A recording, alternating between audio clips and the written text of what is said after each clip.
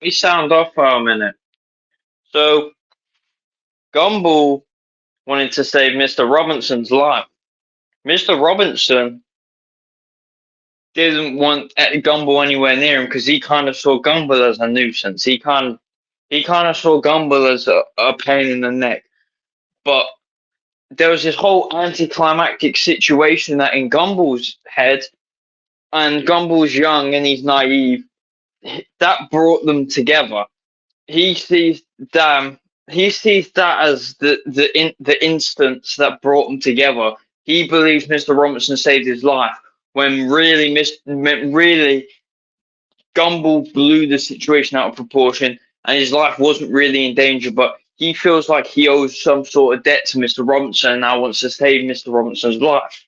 So when he finds out that Mr. Robinson is set to perform a show at an Elmore talent show at Elmore High, that's when Gumball sees his opportunity to to pay this debt that he's built up in his head. So he's a little bit upset because the opportunity isn't presenting itself, which is where Darwin and Anais, his two siblings, one adopted sibling, one biological sibling, they plant a fake note which basically says that someone's planning to assassinate Mr. Robinson at this talent show. So this is exactly what Gumball's looking for, basically. So, went at the talent show. He's gonna go to to, to the talent show. Marvel, cast me as Wolverine 2026. 2026, I want to be Wolverine.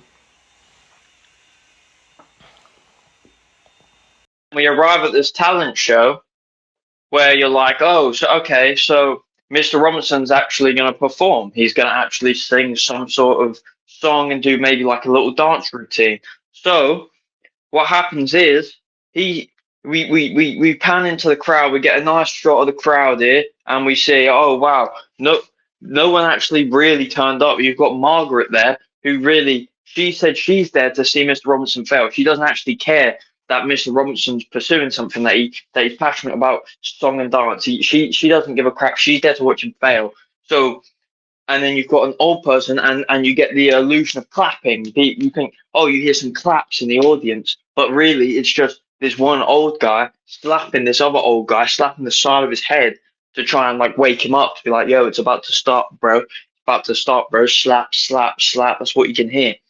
So then Mr. Robinson, he's unfazed by the lack of support, and he just breaks out into song and dance, and he starts singing. I want to sing, I want to dance, I want to sing. And what's to be inferred is that Mr. Robinson is actually a closeted homosexual, and because he whips out this gay outfit and he starts singing and dancing on some Freddie Mercury from Mercury-ish.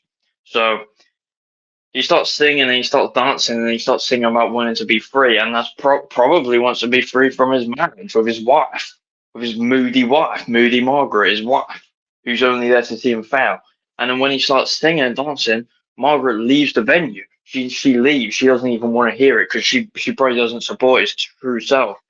So yeah, and then basically, but his son actually is very supportive. His son is like, "That's my dad. That's my." He's real supportive. So good on him. He's the janitor of Elmore High, and then basically the Gumball and Darwin have to stage this assassination now, so they start dropping sandbags. But Mr. Robinson's so in his element, he doesn't even notice.